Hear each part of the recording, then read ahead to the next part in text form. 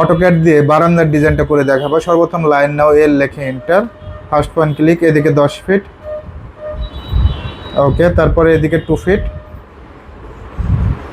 এদিকে 2 ফিট, ওকে। এখন এই দুইটা সিলেক্ট করবা, সিলেক্ট করে এমআই লেখে এন্টার, মিড পয়েন্ট ধরে সুন্দরভাবে এপাশে মিরর করে দিবা, just click, no, offset 4 feet, ও লেখে এন্টার, 4 ফিট লেখে এন্টার,